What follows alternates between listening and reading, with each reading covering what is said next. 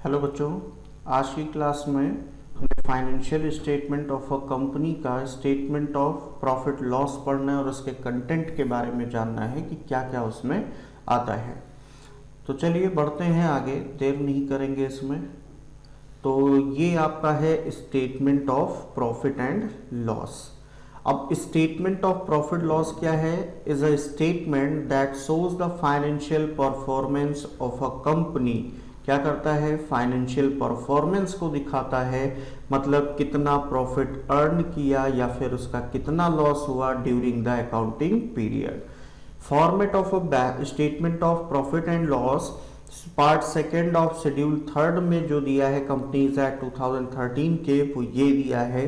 अब इसमें क्या क्या आता है? सबसे पहले तो particulars, note number, figures for the current reporting period, figures for the previous reporting period. इसमें पहला पार्ट आपका आता है रेवेन्यू फ्रॉम ऑपरेशन, दूसरा है आपका अदर इनकम, और इन दोनों का सम होता है टोटल रेवेन्यू।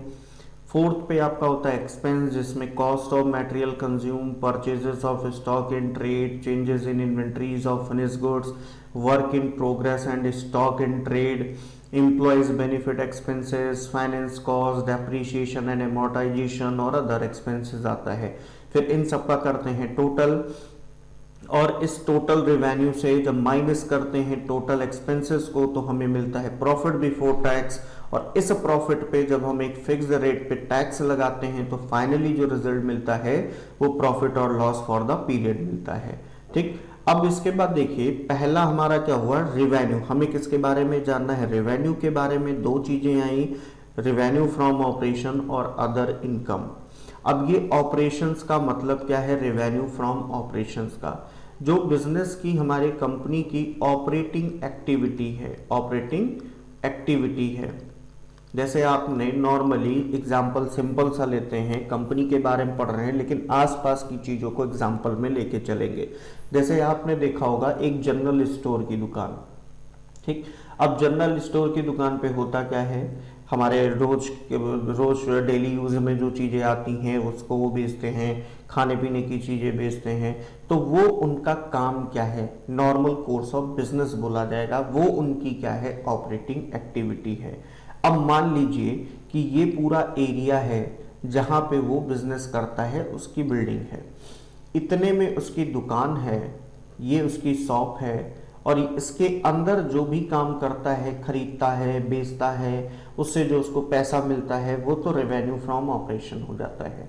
लेकिन ये जो खाली एरिया पड़ा था इसको उसने क्या किया? रेंट पे दे दिया, और इससे जो उसने पैसा कमाया वो उसका क्या बोला जाएगा? अदर इनकम बोला जाएगा।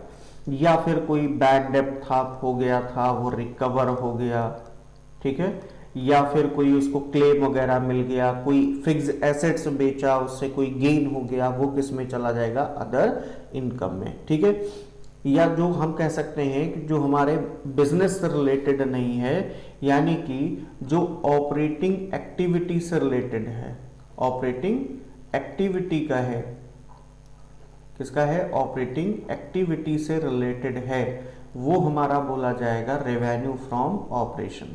रेवेन्यू फ्रॉम ऑपरेशंस बोला जाएगा। और रेवेन्यू फ्रॉम ऑपरेशंस का मतलब होता है, ठीक है, दैट इज नेट सेल्स। क्या होता है? Net sales. और हम अगर जाने कि नेट सेल्स क्या होता है, नेट सेल्स, तो net sales is equal to होता है total sales minus sales return, इसको हम बोलते हैं नेट सेल। तो रेवेन्यू फ्रॉम ऑपरेशन में जितनी भी ऑपरेटिंग एक्टिविटी से रिलेटेड है, यानी जिसमें हम बिजनेस डीलिंग करते हैं, उससे अगर कोई पैसा मिलता है तो वो रेवेन्यू फ्रॉम ऑपरेशन होगा, और अदर सोर्स से अगर कोई इनकम होता है तो वो अदर इनकम होगा। नेक्स्ट क्या है हमारा? एक्सपेंसेस। तो कॉस्ट ऑफ मटेरियल कंज्यूम, पहला क्या आया? Cost of material consumed. इसका मतलब होता है कि अगर हम कोई गुड्स मैन्युफैक्चर कर रहे हैं, क्या कर रहे हैं? कोई गुड्स हम अगर मैन्युफैक्चर कर रहे हैं तो इसके मैन्युफैक्चरिंग में जो भी मटेरियल यूज हुए हैं, जो भी मटेरियल यूज किए गए हैं, उसको हम क्या बोलेंगे? Cost of material consumed. Purchase of stock in trade क्या है? कि जो रेडी टू यूज गुड्स हम परचेज करते हैं, जिसको हम क्या बोलते हैं, फिनिश्ड गुड्स, यानी कि वो सेल करने के लिए बिल्कुल रेडी है, तैयार है, तो उसको हम क्या बोलेंगे, purchases of stock in trade, वो इसमें आएगा।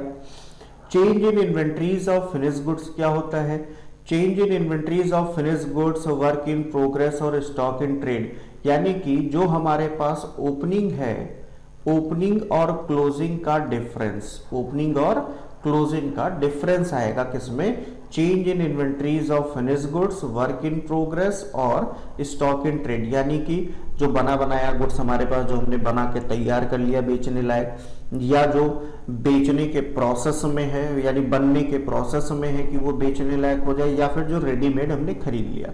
एम्प्लॉयज बेनिफिट एक्सपेंसेस, एम्प्लॉयज को सैलरी, बोनस, कमीशन, वेलफेयर, इन सब के लिए जो पैसा हम खर्च करेंगे वो किस में लिखेंगे, एम्प्लॉयज बेनिफिट एक्सपेंसेस में। फाइनेंस कॉस्ट में क्या आएगा, बोरोइंग से रिलेटेड खर्चे, जैसे interest on debenture, interest on bank loan, ये सारे किस में आएंगे, फाइनेंस कॉस्ट में आएंगे। इसके बाद डेप्रीशिएशन एंड एमोर्टाइजेशन। डेप्रीशिएशन आपको पता है कि अगर कोई टैंजिबल फिक्स्ड एसेट्स है उसकी वैल्यू डिक्रीज होती है due to uses, effects of time, obsolescence और एक्सीडेंट, वेयर एंड टेयर, तो उसकी वैल्यू कम होती है, और जो कम हुई वैल्यू है उसको क्या बोलेंगे, डेप्रीशिएशन बोलेंगे। एमोर्टाइजेशन, कोई इनटैंजिबल एसेट्स है उसकी वैल्यू में कोई कमी आती है तो उसको हम एमोर्टाइजेशन एक्सपेंस में लिखेंगे। और बाकी जितने भी एक्सपेंसेस बचे वो सारे के सारे कहाँ जाएंगे, अदर एक्सपेंसेस में। जैसे रेंट पे कर दिया हमने, ब्रोकरेज पे किया हमने, कैरेज पे किया, कमीशन पे किया हमने, कोई लाइटिंग, हीटिंग, जैसे आप पहले पढ़ते थे ना, जो 11th में पढ़ा था प्रॉफिट लॉस में जितनी भी चीजें आती हैं, तो इन सब को छोड़ के बाकी सारा किस में आ जाएगा, अदर एक्सपेंसेस में आएगा। टोटल करेंगे, प्रॉफिट बिफोर टैक्स हमको कैसे मिलेगा, जब इसमें से ये जो फर्स्ट सेकंड हमने फाइंड किया टोटल रेवेन्यू, और इससे जब हम माइनस करेंगे जो है हमारा टोटल एक्सपेंस, ये जो हमने टोटल किया है, तो हमें क्या मिलेगा, प्रॉफिट बिफोर टैक्स मिलेगा। और फाइनली जब इस प्रॉफिट पे, जैसे मान लो कि अगर ये प्रॉफिट बिफोर यहाँ पे हम ले लेते हैं कि हमारे पास कितना है, 10 लाख रुपीज है, और जो एक्सपेंस हुआ वो हमारा कितना हुआ, 5 लाख रुपीज हुआ, तो जो प्रॉफिट बिफोर टैक्स होगा टोटल रेवेन्यू से जब एक्सपेंस के टोटल को माइनस करेंगे तो ये मिलेगा। अब मान लो कि टैक्स का रेट कितना है, टैक्स रेट है 20%, तो 5 लाख से ये जो प्रॉफिट आया इसका 20%, यानी किसका, 5 लाख का 20% हम निकाल लें, तो 5 लाख का 20% कितना आ जाएगा, 1 लाख। जब इसको हम लेस करेंगे तो जो रिमेनिंग बचेगा 4 लाख रुपीज, ये हमारा क्या होगा, प्रॉफिट हो जाएगा। ठीक है, प्रॉफिट फॉर द पीरियड, यानी कि प्रॉफिट बिफोर टैक्स है, टैक्स को लेस करने पे जो मिलेगा वो क्या होगा, प्रॉफिट बिफोर टैक्स होगा। ठीक, तो ये हमारा स्टेटमेंट ऑफ प्रॉफिट लॉस है। इसी से रिलेटेड हमारे क्वेश्चंस भी आते हैं, छोटा मोटा आपको इंफॉर्मेशन दे देगा कि आपके पास जो है क्या है, आपका रेवेन्यू फ्रॉम ऑपरेशन है, आपके पास रेवेन्यू फ्रॉम ऑपरेशंस है दिया है, अदर इनकम दिया है, अदर इनकम है, आपको दे दिया कॉस्ट ऑफ मटेरियल कंज्यूम्ड। चलो एक एग्जांपल ही ले लेते हैं, ठीक है। जैसे आपको इंफॉर्मेशन क्या दे दिया कि आपके पास क्या है, रेवेन्यू फ्रॉम ऑपरेशंस है। अब रेवेन्यू फ्रॉम ऑपरेशंस आपको जो दिया है वो कितना दिया है, मान लीजिए 10 लाख रुपीज, कितना दिया, 10 लाख रुपीज। अदर इनकम भी आपको दे रखा है, अदर इनकम, अदर इनकम आपको 2 लाख रुपीज दे रखा है। फिर आपको एक्सपेंसेस में दे दिया cost of material consumed, cost of material consumed दे दिया, तो कॉस्ट ऑफ मटेरियल कंज्यूम्ड आपका कितना हुआ, मान लीजिए 50,000 हुआ। ठीक है, एम्प्लॉय बेनिफिट एक्सपेंस दे दिया, ये आपको दे दिया 25,000। आपको दे दिया फाइनेंस कॉस्ट दे दिया, क्या दे दिया, फाइनेंस कॉस्ट।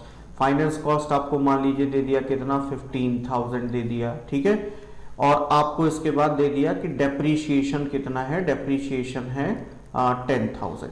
फिर इसके बाद बोल दिया कि टैक्स कितना लगाना है, 25% होगा। अब आप यहां पे बनाओ क्या, स्टेटमेंट ऑफ प्रॉफिट लॉस। तो स्टेटमेंट ऑफ प्रॉफिट लॉस कैसे बनेगा, देखिए statement of profit and loss. अब स्टेटमेंट ऑफ प्रॉफिट लॉस जब हम बनाएंगे तो सबसे पहले तो इम्पोर्टेंट है कि फॉर्मेट बनाएं, तो लो फॉर्मेट भी बन गया। यहाँ पे हम करंट ईयर की वैल्यू लिख लेंगे, एक ही साल की दी है, सॉरी फॉर्मेट सही नहीं बनना लेकिन फिर भी काम चला लेते हैं। चलिए, तो पहला हमारा क्या होगा, रेवेन्यू फ्रॉम ऑपरेशन। क्या होगा, रेवेन्यू फ्रॉम ऑपरेशंस। अब रेवेन्यू फ्रॉम ऑपरेशंस हमें पता है कितना है, 10 लाख रुपीज़ है, तो हमने लिख लिया कितना, 10 लाख रुपीज़।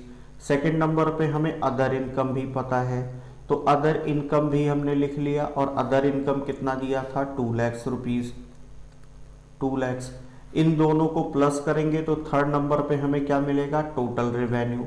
और टोटल रेवेन्यू हमें मिला कैसे, जब हमने रेवेन्यू फ्रॉम ऑपरेशन और अदर इनकम को प्लस किया, तो ये कितना आ गया, 12 लाख रुपीज़ आ गया। अब इसके बाद इसमें फोर्थ नंबर पे क्या आ जाएगा, एक्सपेंसेस आ जाएगा। अब एक्सपेंसेस देखिए कितना दिया है, थोड़ा सा ऊपर कर लें। हाँ, एक्सपेंसेस में हमें दिया है cost of material consumed, cost of material consumed. Cost of material consume कितना है, 50,000 है हमारे पास। ठीक, इसके बाद एम्प्लॉयज बेनिफिट एक्सपेंसेस है, एम्प्लॉयज बेनिफिट एक्सपेंसेस शॉर्ट में लिख देते हैं, आप लोग एग्जाम में शॉर्ट में मत लिखिएगा, 25,000। फिर क्या दे दिया, फाइनेंस कॉस्ट दे दिया, फाइनेंस कॉस्ट कितना दिया, 15,000 दे दिया। फिर डेप्रीशिएशन भी दिया है, तो डेप्रीशिएशन ले लिया, कितना, 10,000। अब इसको जोड़ लो, ये एक्सपेंस हमें पता चल जाएगा, तो ये हो जाएगा 1 लाख रुपीज़। ठीक है, कितना हो गया, 1 लाख रुपीज़। अब हम क्या करेंगे, फिफ्थ नंबर पे फाइंड करेंगे प्रॉफिट बिफोर टैक्स। क्या फाइंड करेंगे, प्रॉफिट बिफोर टैक्स। और profit before tax is equal to क्या होता है, थर्ड माइनस फोर्थ, तो थर्ड माइनस फोर्थ कर देंगे। तो 12 लाख में से 1 लाख माइनस होगा, कितना बचेगा यहाँ पे हमारे पास, 11 लाख रुपीज़ बचेगा। फिर इसमें टैक्स भी दिया है, तो लेस कर देंगे किसको, टैक्स को, एट कितना, 25% बोला, तो 25% 11 लाख का अगर हम कैलकुलेट करें तो कितना आ जाएगा, 2 जीरो कट गया, 0 0 0, 25 × 25, 2 बचा, 25 × 25 और 2 27, 2,75,000। तो 2,75,000 इसको भी लेस कर दिया। अब जो फाइनल रिजल्ट बचा वो 7 नंबर पे क्या गया, प्रॉफिट फॉर द ईयर या फॉर द पीरियड। कैसे मिला, फिफ्थ प्रॉफिट बिफोर टैक्स से 6 हमने क्या किया, टैक्स को लेस कर दिया, तो ये बचा 25,000। और इसके बाद हमारे पास बचा जो है 8 लाख, 8,25,000 ये आ गया। तो इससे ज़्यादा कुछ नहीं आना है, आपको मेन हेड सब हेड पूछेगा, इसके बाद आपसे या तो ये कुछ इन्फॉर्मेशन दे देगा, ऐसे बैलेंस शीट में भी इन्फॉर्मेशन दे सकता है जिससे आपको बैलेंस शीट प्रिपेयर करनी होगी। बस वैसे अभी आज तक बैलेंस शीट और ये बनाने के लिए नहीं मिला है, ज़्यादातर हमें क्या मिला, मेन हेड सब हेड लिखने के लिए, क्योंकि कंपैरेटिव स्टेटमेंट में वैसे ही स्टेटमेंट ऑफ प्रॉफिट लॉस हमें प्रिपेयर करना ही पड़ता है। तो इसको पढ़िएगा। फर्स्ट चैप्टर आपका थर्ड बुक का कंप्लीट हुआ। अब हम सेकंड चैप्टर पढ़ेंगे, ठीक है, और सेकंड चैप्टर पढ़ेंगे हम अगली क्लास में। Thank you.